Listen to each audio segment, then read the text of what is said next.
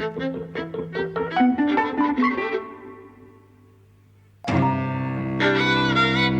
and welcome to Eavesdropping at the Movies. We're back after a little break. I'm Mike. I'm Jose. You've been on holiday. I've been on a cultural tour. Oh. Sweden and Denmark. How very cultural. And what did you learn? I went to the Danish Film Institute and I went to the Swedish Film Institute, and I got a chance to see a lot of really interesting films. And I learned a lot, but not something to talk about in this podcast. No, this podcast is about Black Panther. Which I, in fact, did see in Stockholm earlier. So unlike our usual podcast, which is really just we see a film blind without having read anything about it, and then we come immediately here and just talk about what we've seen.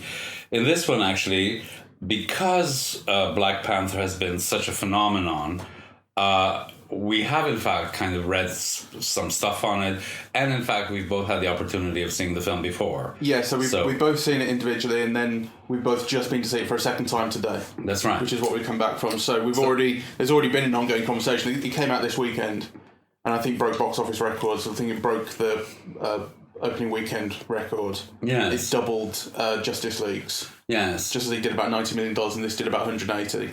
Yes, and one of the things that has been fascinating me, really, is not just the many discourses around it, which we'll get to in a little bit, but I had the opportunity of seeing the film in Sweden and now here in Birmingham.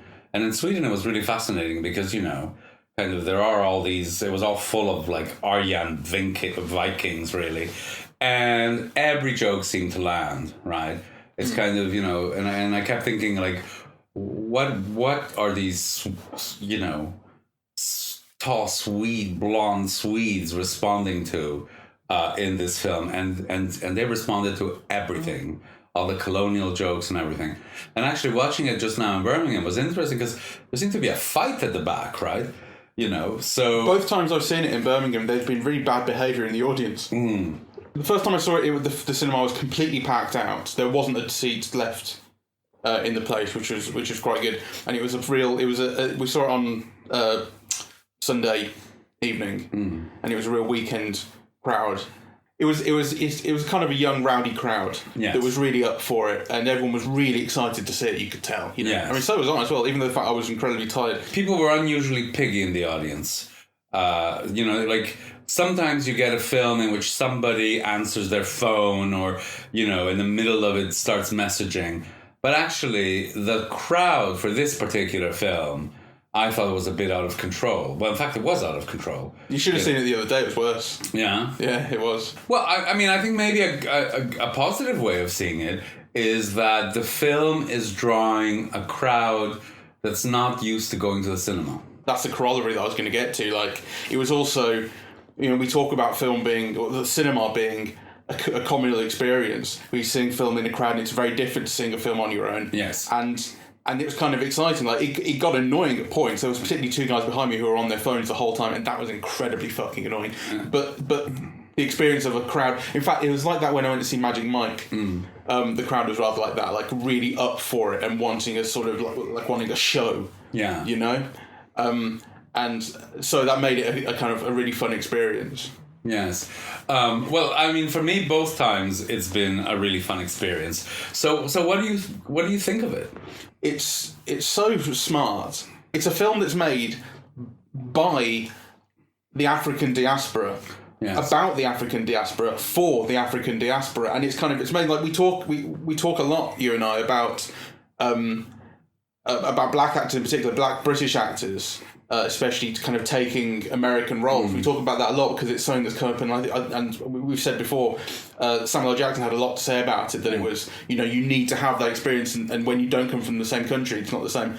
But in this film, there are black actors from all over the world coming together, and it feels like really deliberate and really purposeful, because this is a film about how Africa was stolen by colonisers, and black people were spread across the world by no fault of their own, by no means of their own, and how there's a kind of struggle to maintain a kind of core black identity, perhaps, or the kind of tension. So, for instance, Killmonger. Obviously, we're going to get into spoiler territory early on. Like, this is, you've got to have seen the movie, and you should go and see it. It's brilliant. So, so Killmonger, the villain, played by Michael B. Jordan, is African American.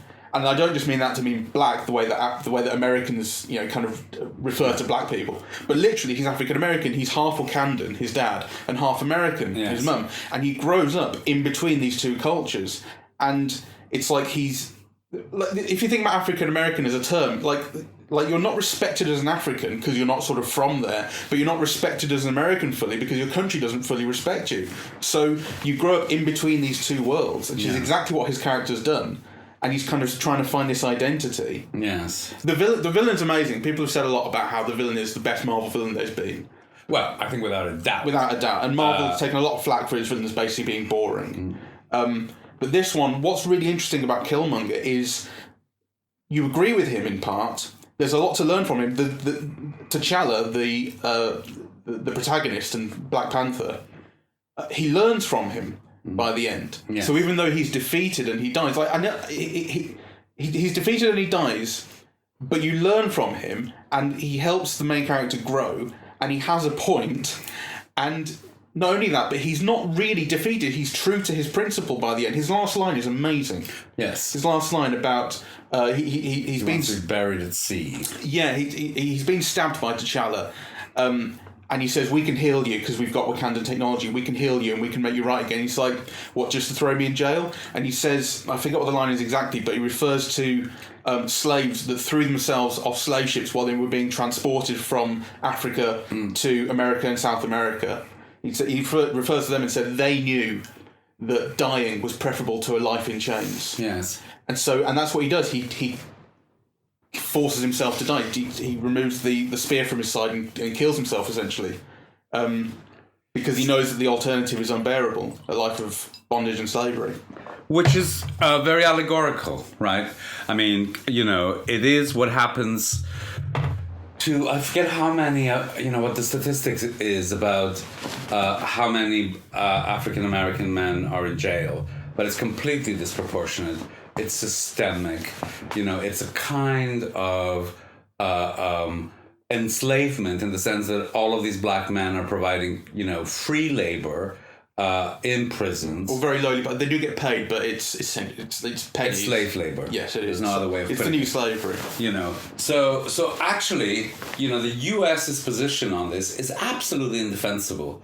And that is the character that Michael B. Jordan is depicting. Yeah. So, some people have read the T'Challa Killmonger relationship as standing in, for the liberation philosophies of Malcolm X and Martin Luther King, with Killmonger kind of being, the Malcolm X figure, the revolutionary who believes in violence. Fighting fire with fire. Yes, and who has an international perspective.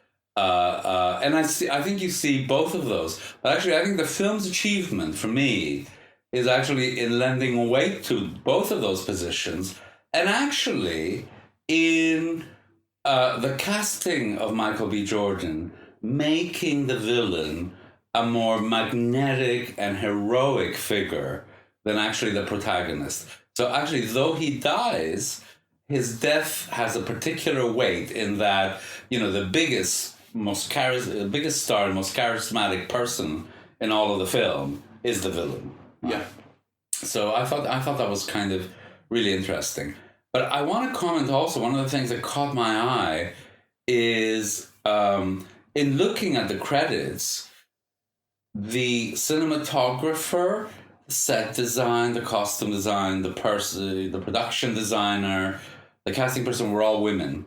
And I think in this instance, the cinematographer and the production design, are both of interest, because actually those are positions that are not normally filled by women. And actually you can see in the film how the film has a particular feminist stance, right? So there's T'Challa, who's surrounded by women, who all the warriors are women, who is kind of protected by women, who fights alongside women, whose own sister is like the scientific genius who keeps inventing all of these things. as opposed to the people he fights against, who are almost all surrounded by men. It's really there's a really interesting feminist dynamic in the film somehow. I think the film. There's something really interesting going on with Killmonger in that respect. So there's this idea. Not only is T'Challa surrounded by women, like there's that scene where he first returns to Wakanda after bringing back Lupita Nyong'o's character Nakia. He's surrounded by his mother, Nakia, his sister, and the general and her kind of subordinate, who are all women. Yeah. And this is like the film is presenting. It's not a completely maternal world because ultimately it's still ruled by a king, and then his son then becomes king. But nonetheless, there's an importance placed on women, and then the central thing that gives Black Panther his powers is this flower, yes, which is a real symbol of femininity. It's this flower, yes, that is kind of used to create this sort of soup. The serum that provides Black Panther his powers, and it's really interesting because that is used 3 times. It's used to first give Black Panther his powers, then it's used to give Michael B. Jordan his powers when he becomes Black Panther, and then it's used finally to give T'Challa his powers again to re-become the king. And each time it sends you into a kind of a trip almost. So it sends you to the ancestral plane. It suggested that this is not really a trip. This is actually accessing a kind of other dimension where your ancestors live on. And in this ancestral plane, there's a real feeling of sort of tell me how you feel, like talking to your ancestors. And so they're all men in there, but they're talking to each other in about as honest a way as they possibly can. Like there's this thing that I remember Michael Caine saying about acting. He says, with crying, a woman will cry and a man will do anything but cry. And there's this thing about kind of resisting your own emotions, and so these guys become about as open as they can emotionally in this dream world, and still they're kind of there's just a single tear. It's not a full expression of emotion. But what's really interesting is when Killmonger goes into his trip to the ancestral plane and he meets his dad again. There's a kind of reconnecting with his dad, who obviously died when he was young, and he kind of wipes a tear away. But it is this really restrained thing, and then he wakes up in this burst of emotion. Like he's had this minor show of emotion in the dream, but it explodes into violence when he wakes up, and actually he strangles a woman. Yes, orders the flowers to be all destroyed. Well, I want to talk about ordering the flowers to be destroyed because the shape of those flowers, they're really quite labial. It has that kind of shape. And then, when they turn it into this infusion, it's like purple with molten lava, with a consistency of molten lava or something. So and those flowers are normally tended by men. What's the actor who?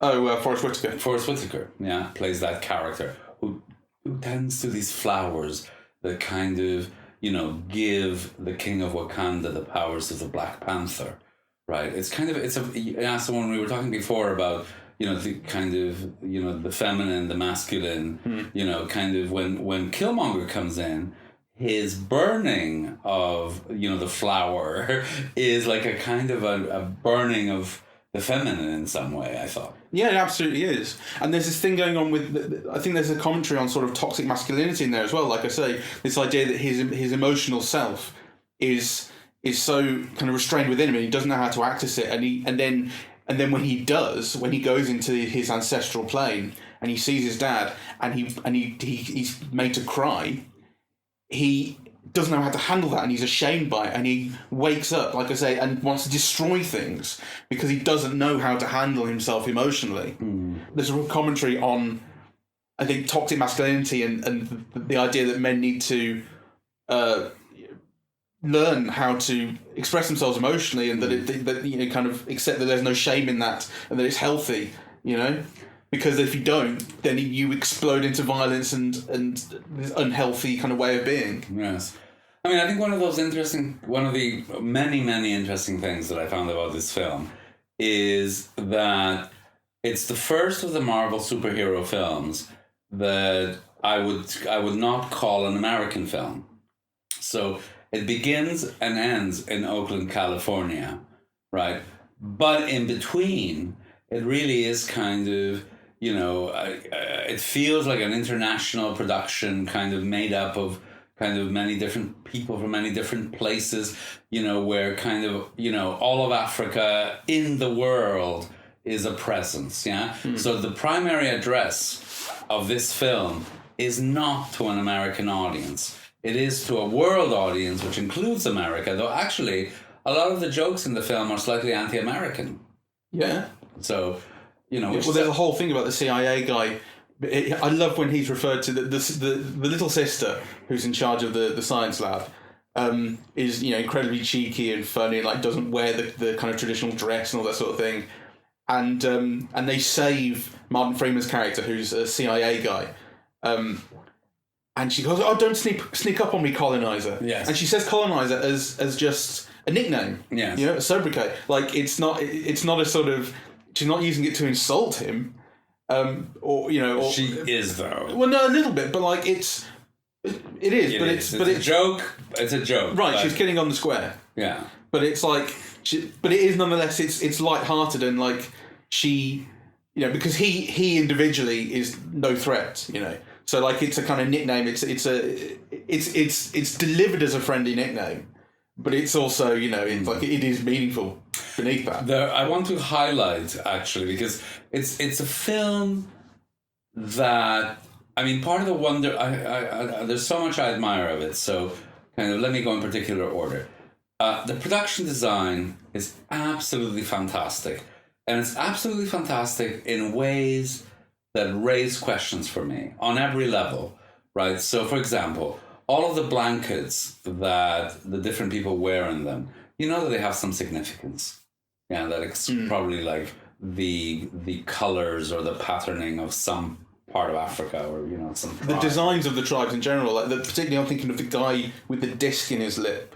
Like, that's a joke, right? It's a joke, but it's also... I don't think it's a joke. Well, it's funny that he has a huge disc in his lip and then he tries to speak. It's quite funny. I think it is done as a bit of a joke. I didn't see it as a joke. I saw it as... But I think it's also... a different tribe. Yeah, absolutely. I think there are elements that are made into jokes. So, for example, the fact that he changes the disc inside his lip... to color coordinated with whatever suit he's wearing. Yeah. So I think there are bits of it that that's what I mean. joke. I don't think it's like essentially done as a joke, but I think it's used as a joke. There's a light-hearted aspect to it, but it's not mocking. Though almost everything in this film can be turned into a joke. And actually, so on the one hand, I think it's a deeply serious film. On the other hand, it is a film with a sense of humor about everything. There are jokes all over, and they all hit, they all land, they work. But... it's also a film that is incredibly satisfying, I think, in all levels. It looks wonderful. I thought the action was filmed wonderfully. You saw actions completed. And I love the design of the costumes. I mean, if you compare, the Black Panther costume, lithe, skin-tight, kind of enabling action, also having particularities of, of power, of movement, and so on. But looking fantastic. If you compare them to the Batman and Superman film, where kind of Ben Affleck looked like he was hiding under a tank. These are very, very, very striking kind of use of color, of imagery, done very purposefully, and every aspect of it is, on the one hand, very satisfying. You like what you see.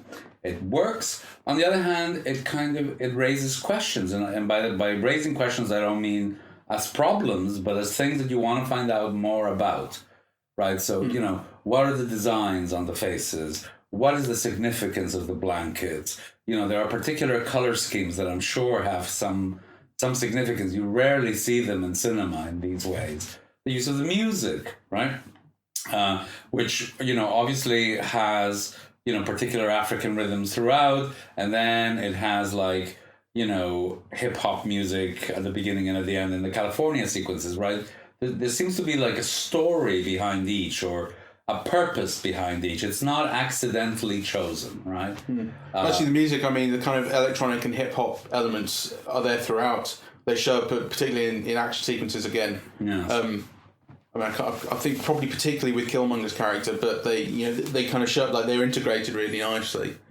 So you do have the kind of sort of African sort of drums and kind of tribal music, and you have American hip hop and electronic music, and then you also have just kind of general Marvel orchestral score, all integrated really nicely. It's the first Marvel score I've heard in a long time that I thought was actually really good. Normally they just kind of blend in and they're pretty anonymous. I mean, it's probably the first one in the Marvel Cinematic Universe I can think is good. Like the last one I think that was any good in Marvel was probably like the Spider-Man movies before Iron Man came out. So that's before the MCU happened.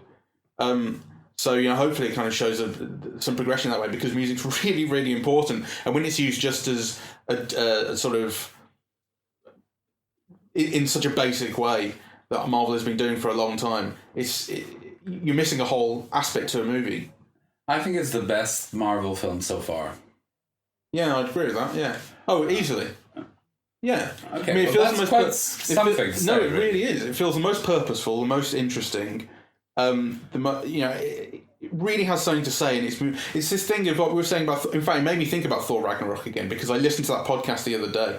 I listened back to it, and actually, I don't think we were as unfair as I thought. Oh, we've probably been a bit harsh on this, and actually, I don't think we were that harsh. I think we were probably about right. But something that we did miss in it was this kind of undercurrent that it has. In fact, it's not so much an undercurrent as a real sort of plot point of Asgard's history of colonialism. There's this idea in Thor Ragnarok, which we completely didn't pick up on, about the idea that Asgard is not a perfect place, and it has a shady past, and they've literally painted over their own past, because when Hela comes back, the Cate Blanchett character, she kind of reveals underneath these paintings there's a true history of colonialism, and it's the idea of the kind of the powerful. It's like the idea of the history being written by the victors,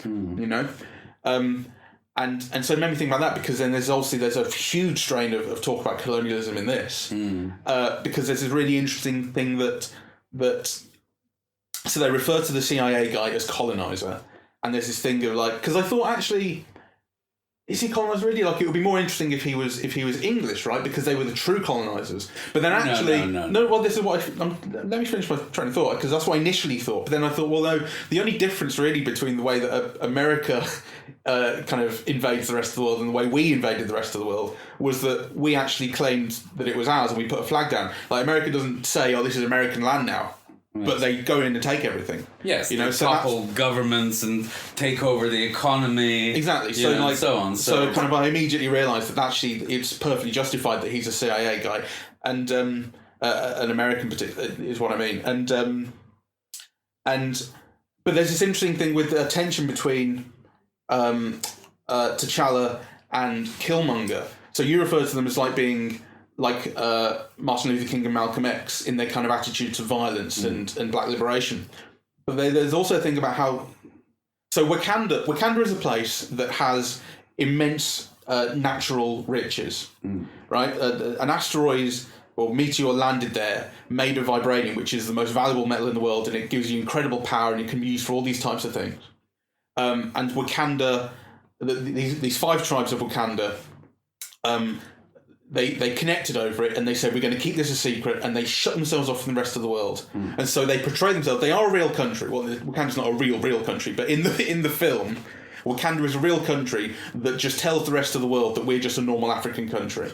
Yes. And they don't get involved. But secretly, kind of behind a veil, behind a technological shield, they are incredibly technologically advanced, and they just keep themselves to themselves. Yes. And it's a technology that is theirs. Yes. Yes, it's an African technology that's a bit like magic, that it's so advanced scientifically that it's almost magical, but that actually has its origin and is developed through, both African natural resources and African savvy, Yes. African know-how. So, and that's important. And there is a little bit. I mean, the vibranium stuff is a little bit annoying insofar as it's used as this thing that can do anything. You know, so we sew it into our clothes and we can make stuff invisible. And it's like there's this thing of vibranium just means magic in a way. Like actually, Wakanda to some extent is like Hogwarts. And it's like they have magic, and you have to go through platform 9 3/4 to get there, and you just hold yourself, you keep yourself, you kind of separate from the real world. No, that's not fair. No, I think it is fair, because that's how it's portrayed. There's this element of it's just magic. No, it's not just magic, and actually almost every tool is explained to you. So, you know, when you go through the suit and what the suit can do and how it absorbs force and so on, they say what it can do, but there's no kind of thing of like compare it to the flower, for instance. The flower that gives Black Panther his powers has one thing that it can do, and that's magic. That's magic. No, but this is what I'm comparing it to. Actually, that seems like less magical because that has one thing it can do, and it just does that one thing. Whereas vibranium is like it can do this and it can do that and it can do the other, and we can just make whatever we want with it. You know, up to a point I see it, but actually I think the film goes to trouble to explain how each of those things work. So it's true that you don't know to what extent it's the vibranium that can do that, or is that it's the scientific know-how that can do that. But everything kind of comes. This is a minor point. Let's not get off the track. I think that's just a minor point. I do think it's fair to make that point. But where were we? So there's this idea of Wakanda being like, imagine if Africa was untouched, basically. You know, because Africa does have these immense natural resources, which is one of the reasons that people came there. The other reason that people came there was just to steal Africans, which that's a whole other thing. Which they're still doing. But that's a different issue. But the idea of kind of natural resources, geological resources. China has bought, I don't know how much of it. Yeah. So there's an idea that, like, imagine if Africa was untouched, what it could have made of itself. And obviously that only goes so far because vibranium is not a real material. Anyway. Well, it is a comic book film, so... Yeah, no, absolutely. So I'm saying the analogy only goes so far.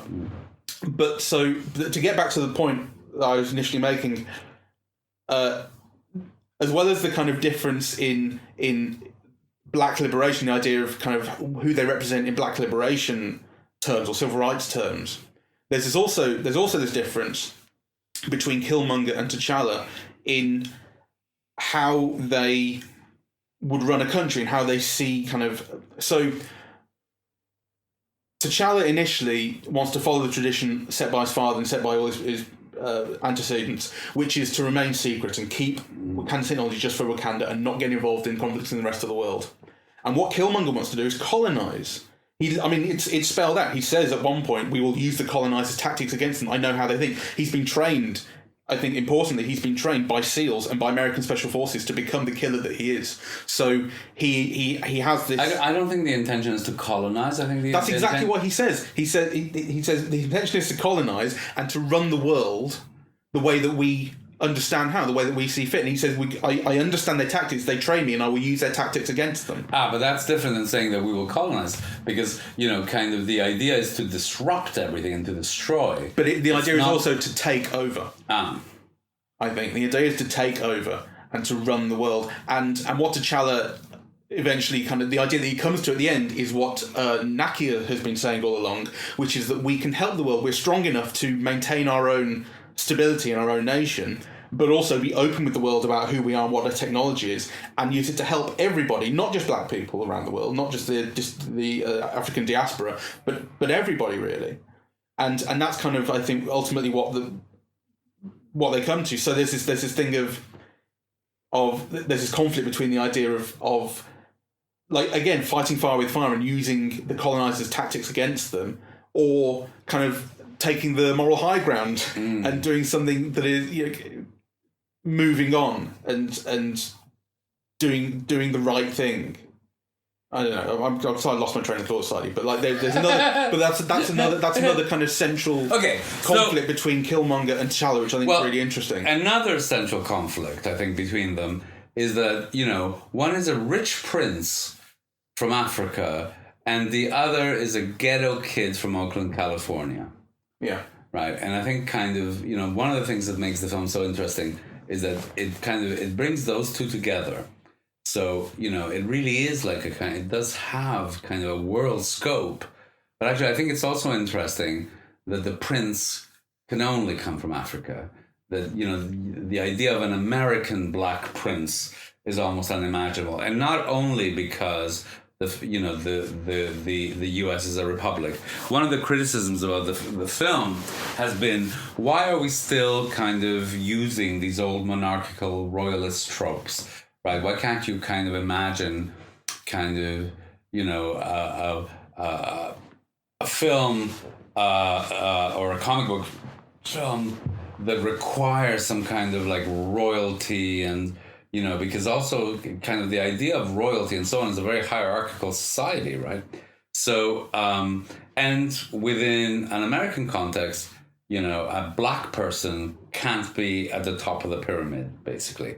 So it's very interesting that the film does have this kind of royalist fairy tale thing, but it's kind of positing a prince against a ghetto kid, one African, one American. Do you have any problems with the film having that kind of royalist aspect? I mean, it's not something that occurred to me particularly, but I guess the kind of idea that like there's a hegemony, isn't there, in Wakanda? Like it is in some respects. It's not the kind of cleanest country. Like it does have some history of kind of violence and sort of subterfuge to maintain power. And well, for instance, right at the start of the film, the king, is it T'Chaka? Yeah, T'Chaka is the father. T'Chaka, the father of T'Challa, when he's the king, he kills his brother. Yes. He doesn't. He doesn't. Yes, he does. The Forrest Whitaker character does. No, the Forrest Whitaker character. No, the brother is going to shoot the dad, the king, and Forrest Whitaker jumps in the way, and to save Forrest Whitaker, the king kills the brother. Yeah, that's right. There's a whole Lion King thing going on. There kind of is like this fratricide, and there's the disfigured kind of brother character. I mean, he's actually a Killmonger is a kind of classic villain in some respects, in that he's disfigured, right? There's a thing of how villains are disfigured in fiction, and actually his disfigurement is really interesting because it's these body modifications. It's self-imposed. It's self-imposed, right? So it's these body modifications that he's made to himself. These raised sort of things underneath his skin, and each one of them, each dot represents a kill, and he has the name Killmonger.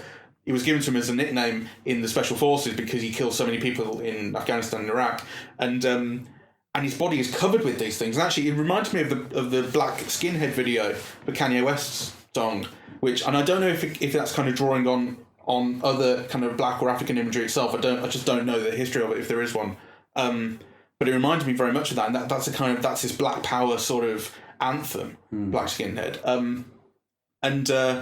But what's really interesting about those disfigurements to Killmonger is that they're self-imposed, but they come from killing, right? Like killing, the act of killing so much has disfigured him. Yeah, well, he's disfigured himself. He's disfigured himself, but then that kind of represents like a kind of mental disfigurement as well. Then that's what he's done to himself.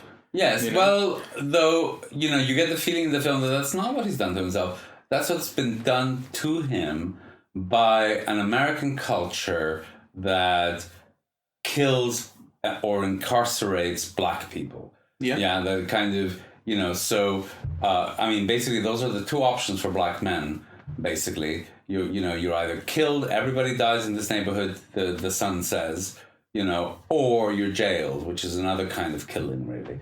So, it's a place that doesn't leave much options. No, that's absolutely right. That's a really good point. So yeah, like, because, like I say, it's important that he has been trained by America, by the government, to become a killer.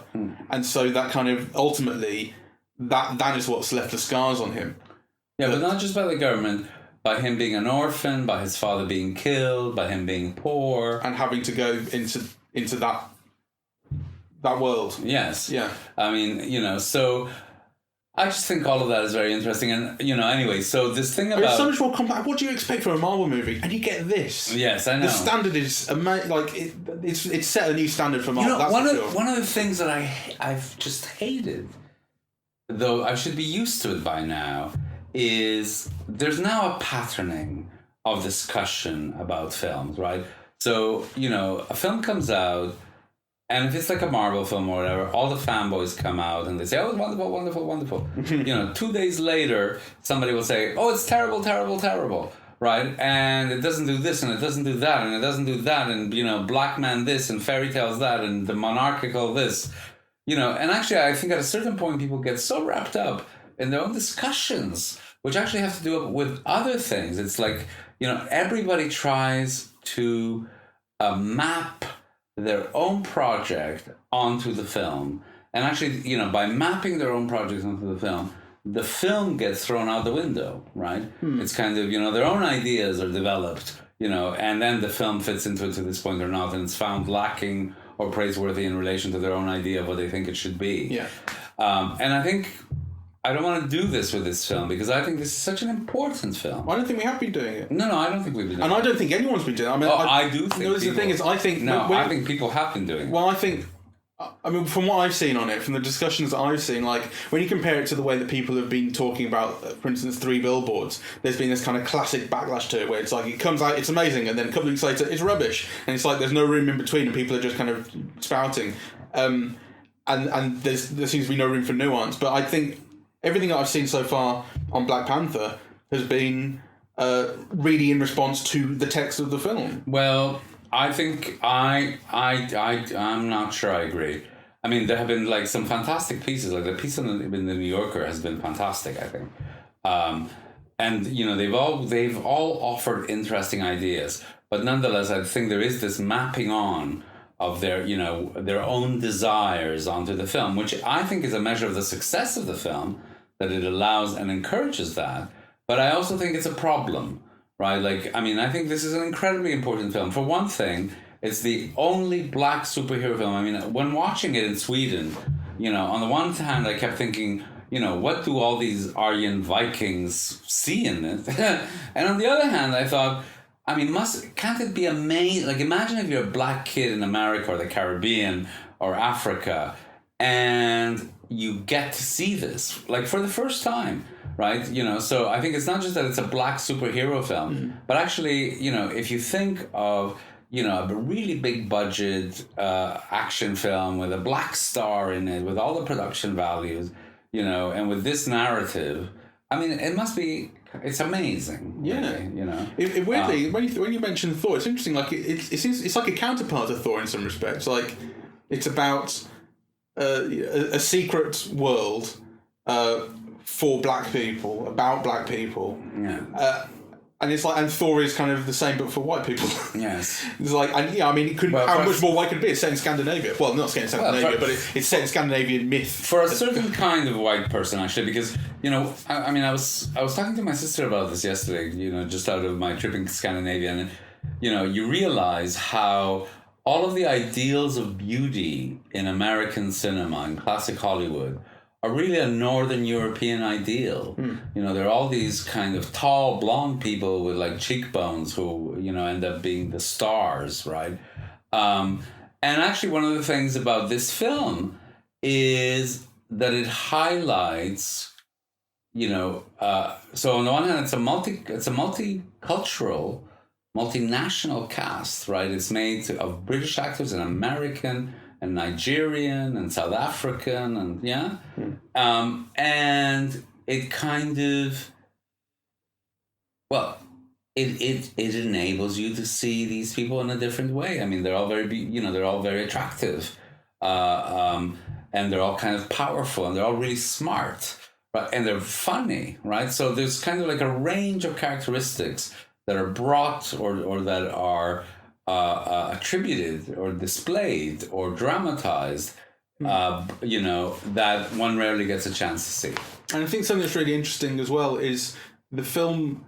Films about good guys and bad guys so very often are, the bad guy is just kind of is just villainous the whole way through. He's thrown away, particularly in Marvel. They're just how many Marvel villains can you really remember? But what this film does is it has like a level of empathy for everybody. It understands everyone, even Claw, really, who's the kind of, I suppose, most villainous character insofar as he's just kind of out and out murderer, and he's there for money, you know. But even he's portrayed as just enjoying himself and having a good time. And so, like, although the film doesn't really say, you know, you can understand this guy or you should, you know, he has a point or whatever. He doesn't really, but he's at least having a good time. Whereas everyone else is the film has time for, and they have real characteristics and personalities, and they're rich, and the film kind of enables you to empathise with everybody, no matter kind of what their opinion or who they are. Yes. Like, also the difference between the tribes. You know, some of them want to be more involved than others. Some of them they have different reasons. So, for instance, the tribe led by Daniel Kaluuya's character, kind of teams up with Killmonger. And you understand why, right? Like, he has a different opinion on the way that Wakanda should be run and the way that their technology should be used than the rest of the tribes do. And although that kind of makes him slightly villainous because he's teaming up with the antagonist, you understand him and you understand why he's saying that. I'm not sure about that, actually. I think that's a weakness in the film because the reason is attributed to T'Challa coming back without Claw. Yeah. You know, and actually to me that's not sufficient because actually we know why T'Challa didn't come back without Claw. And it seems to me that, you know, he should have been able to imagine that, you know, they just couldn't get him. Well, yeah, you know, so I think to betray his childhood friend... But it doesn't mean that you don't understand him. Like, he has, like... Because the reason that he wants Claw to come back, the reason that it's so important to him that Claw is either brought back or killed, is because he killed his dad. He lost his dad to him years ago. Well... So that's a deep-seated reason. I think it's a minor weakness in the film. Because the one who does actually bring Claw back, dead, is the one who wins his support. It's Killmonger. Yes. But... So it has a kind of a logic, but I think, you know, to me, that aspect of it is not you found that lacking. Yes. What about the... But I want to talk about one thing, because... So I want to get back to this thing about how the film's received, because one of the things in the 1980s, you know, that was kind of like part of the discourse on cinema was like this notion of the burden of representation with minority films. Right, so that this idea that because there were so few black films or gay films or women's films, that, you know, like there was a burden of representation on them, that people, you know, that one little film. So, you know, whereas white people, you saw white people being plantation owners and Western heroes and call girls and mothers and blah, blah, blah, right? The full range of kind of human emotion and also occupations and nationalities and whatever. There were so few films about gays or women or black people that, you know, even their own communities found fault with it because the question was, oh, well, it didn't do this or it didn't do that. And of course, no one film can do it all. And actually, I think that some of the response in relation to Black Panther recalls some of those debates on the burden of representation, that, you know, kind of, they're asking things of the film, you know, the film doesn't set out to do or can do, or, you know. For instance? Well, I mean, you know, this thing about kind of, you know, the representation of black men, of black masculinity. I think the film, you know, has so many interesting things that it does with that, right? That to insist that it doesn't do something else is, you know, part of the sense of, you know, having the one black superhero Marvel film, you know, having to please everybody all over the world, in fact. I mean, you're absolutely right. Like, to be more demanding of this, especially within the context of a Marvel film, you know, I mean, it does sound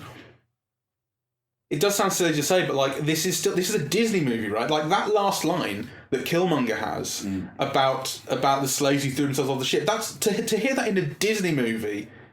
Like, the world is kind of changing a little bit, right? Well, actually, I forget where I read this, but there was something about, you know, that the Atlantic was littered with an invisible railroad of corpses of black people, right, that had either jumped off the ship or died on the ship and been thrown off the ship, and and so that line of Killmonger's resonates with that, right? And so, you know, to have a mainstream American film evoke that history, which I think it does, and actually be so critical of the way that things are. I mean, I just think it's an amazing achievement. He reminds me of Magneto, Killmonger, in a way. In the relationship between Magneto and Dr. X throughout X-Men, Dr. X, Professor X throughout X-Men, is because the thing about X-Men was it was always taken to be this kind of fairly overt representation of, or not representation, allegory of gay civil rights, particularly. Yes. The idea of gay people being outcast and kind of, but being able to hide in plain sight in the way that kind of, it doesn't really work with black people because you can tell someone is black by looking at them. So there's this thing in X-Men of like, you can't tell they're a mutant until you can. Yes. Or until they show you whatever it is. And so Magneto was very much of this kind of militaristic, let's fight back and let's kill fight back first kind of thing, and Dr. X was more of a let's integrate and teach the normal people, normal in quote, about us. And there is and again the kind of the conversation between T'Challa and Killmonger is very much like that. I think I'd love if only there was more conversation between them. They really only have 2 scenes. It's not. My God, but what's better in this is that the thing about Magneto and Professor X was that they never really learned anything or changed each other, right? They just kind of, the conversation just went on and on and on. Whereas in this, like, what ultimately happens is T'Challa changes because of his experience with Killmonger. Yes. And that's fantastic. That's really important. Like, and also the idea of Killmonger isn't coming back, right? Like you have if you look at Thor and Loki's just coming back and back and back and back. And there's more and more Loki. But like in this, like you go, okay, so maybe Killmonger should come back and it would be great to see him again because he's such a good character. But actually, what really, really makes him a great character is that he dies for what he believes in, and he dies kind of maintaining that. And the fact that he won't come back it makes him more impactful and more memorable. Yes. And I think it's such a great performance by Michael B. Jordan. I mean, it's not... I was a bit torn because, I was saying, I'm not sure if it's a great performance. But the thing is, he's so charismatic, right? That kind of... It's almost like you lose track. I mean, in terms of, the emotion that he's conveying at any one given moment, or just, that he's so charismatic, and at moments he's so good, and certainly kind of physically he presents such a heroic figure in battle that's just extraordinary, right? Yeah. He is just the most memorable thing in the film, really. There was something else I noted about the film's representation of women, which is that Nakia is the love interest of T'Challa. Yes. But she's not a prize to be won. Yes. Right? She actually, right from the very beginning, they're talking about, I want you to be my queen. And she says, no, I'm not interested in that. I have a calling. But she, not only is she the one, she believes in Wakanda should behave a certain way. She believes that Wakanda should be open and share itself with the world, which goes against what T'Challa believes. He believes in kind of continuing to hide and protect itself, and at the same time he's kind of constantly going, "Oh, be my wife," and right at the end, she accepts that, and she accepts it because he has changed, and what's important is that she can accept it. She's not just one; she has agency, and actually, throughout the film, like there's no question that she is the one who's able to make the choice about whether she likes him or not. So he steals a kiss. Which is a bit cheeky, but then she reciprocates, so there's no need for a Me Too moment. I want to mention some of the other people. I mean, I think it's brilliantly cast, right? I think everyone is very memorable in it, but I particularly want to mention Angela Bassett and Forrest Whitaker as just, kind of iconic presences that are brought to bear on this film and that have a history in American film. And then kind of putting that together with, that largely African cast. I mean, one of the things that I loved about this film was the way that people spoke. Right? So when they say, I never freeze. Right? Like, I never freeze. Yeah, it's like a joy to hear. And I loved the sister, who I forget what the name of the actress is, and then also that other prince who has his own tribe and who challenged T'Challa for... Yeah, I was going to mention him as well. Let me just double check. Winston Duke was fantastic. M'Baku. Yeah, and he's from Trinidad. So actually, you do get kind of, a full African diaspora represented in this film. What's really interesting to me about him and his character is his tribe barks, right? And it's just quite a deliberate thing. And I was thinking about... Because they do it throughout, and it's this intimidating kind of war cry almost. They are kind of warlike, and they're warriors, and they separate themselves and live in the mountains. And when the CIA guy speaks up, he goes, "Arf, arf, arf," and everyone starts barking at him to shut him down. And that kind of made me think. I don't know how deliberate this is. I think it must be.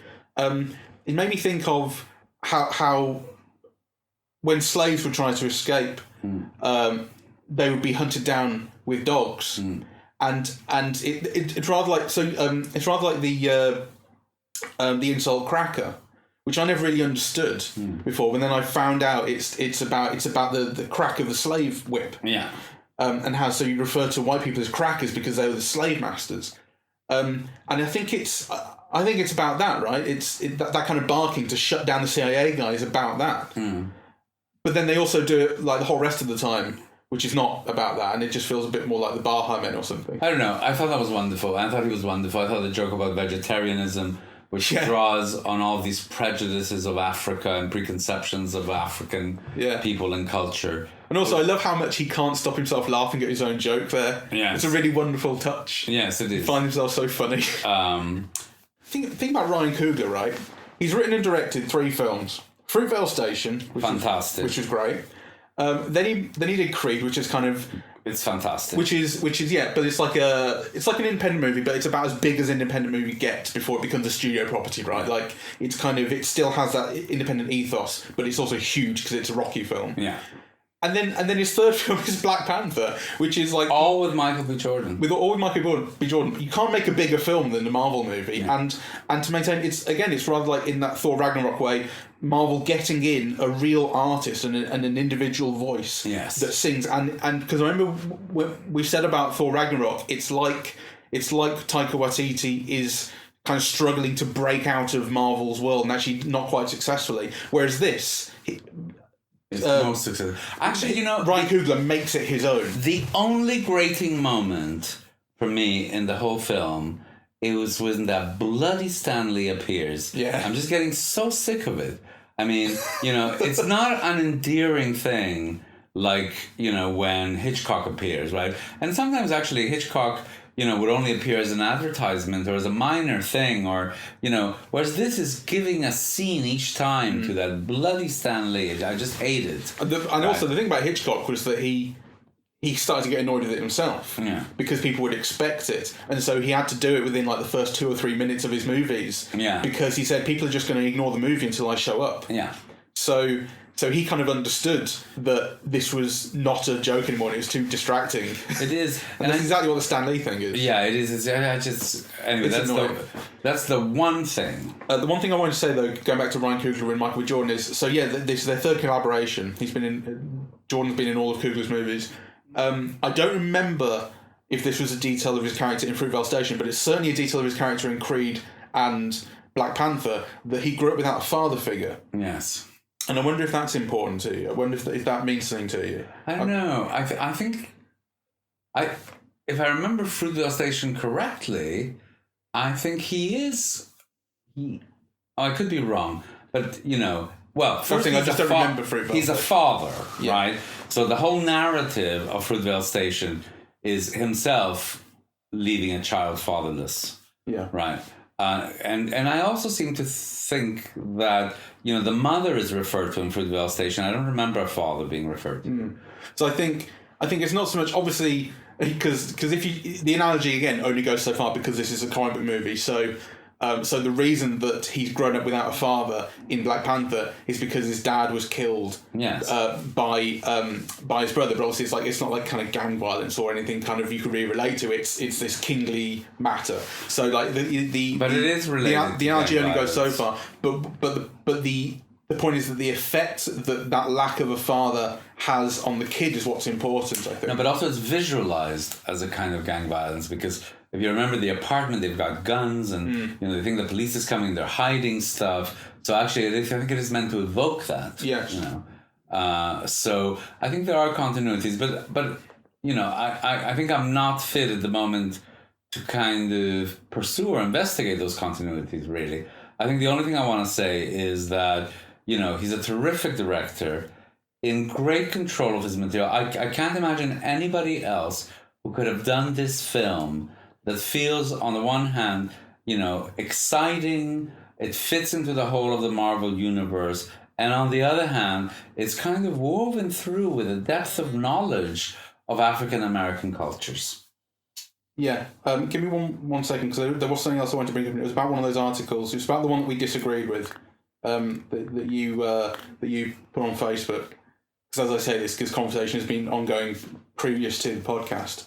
Black Panther is not the movie we deserve. An article in Boston Review by Christopher LeBron, which was a really, really thought-provoking article. There was quite a lot in the article that I disagreed with or thought was just kind of slightly wrong-headed. Like you can't deny someone's experience of the film, right? Like, but it's interesting to talk about, and I think we have actually covered a lot of it already with what we've been saying, because it's just informed, kind of what we've been talking about. But there's one point in particular where he talks about if one surveys this is a quote from the article. If one surveys the Marvel Cinematic Universe, one finds that the main villains, even those far more destructive than Killmonger, died frequently. They're formidable enemies who live to challenge the hero again and again. A particularly poignant example is Loki, brother to Thor, the god of thunder. Loki is single-handedly responsible for incalculable misery and damage. His power play leads to an alien invasion that nearly levels all of Manhattan. Yet Thor keeps letting him go. I'm paraphrasing. Even as Loki tries to kill Thor. Loki even gets his turn to be a good guy in Thor Ragnarok. Loki gets multiple unearned chances to redeem himself no matter what damage he's done. Killmonger, however, will not appear in another movie, as we've mentioned already. He dies. He does not get a second chance. His black life did not matter even in a world of flying cars and miracle medicine. Why? Perhaps Killmonger's main dream to free black people everywhere decisively earns him the fate of death. We know from previous Marvel movies that Killmonger's desire for revenge is not the necessary condition to eliminate him. Loki's seeming permanence is proof. And this idea of redemption, right? I think that what struck me about that is that Killmonger doesn't need redeeming, right? Like Killmonger isn't doing anything wrong as far as he's concerned, and actually the film respects what he believes about himself and represents it to the point where he dies for alternative. Like actually his death is heroic, right, and poetic. Yeah, I think actually the idea of I get the idea that like this, I get the objection to how come Loki keeps getting to live, but this guy dies when Loki's far more destructive. But actually, because Loki's not that significant. Loki doesn't believe in anything, and it's not important. It's so meaningful when Killmonger dies. Loki is a narrative function, whereas I think Killmonger dying is a kind of the poeticizing of an idea. Yeah. He's a guy who believes in something meaningful and stands up for it until the end. So, like, he is a murderer, he's incredibly violent and destructive, and he's too far gone to save. But actually, he doesn't need redeeming, and actually, he'd turn redemption down if we offered it to him. He'd find it insulting. Yes. Okay, good. I think we need to wrap up. I mean, imagine how much tamer the film would be if the enemy was white, for instance. Like, think about black empowerment of, like, well, the villain has to die, but like, what's more empowering than everybody being black and everyone's kind of opinion being taken seriously, and the issues really being talked about? Well, I think that's why Claw is kind of killed early. Yeah. But we need to wrap up. Okay, final verdict on the film. I mean, there's a lot more we can say, and we barely scratched the surface, and that really is a credit to the film. It's a really rich and rewarding film. It's by far, I think, the best in all of the Marvel universe so far. Any last words over to you, Mike? No, I don't think so. It's really, really good. It's really good in every way. I can't think of a flaw.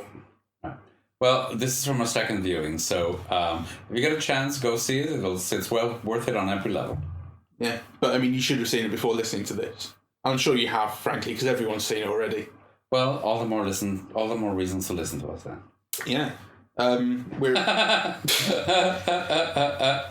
we're on Facebook, Eavesdropping at the Movies. We're on Twitter at Eavesdrop Movies. We're on, you can email us eavesdroppingatthemovies@gmail.com. And iTunes and SoundCloud and stuff.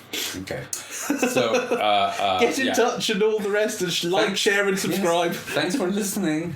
Kind of all of the comments have gone to Mike's head now. I thank you everyone who decided to get in touch and tell me that I particularly am great, because look, I have an ego and it needs feeding. Yes.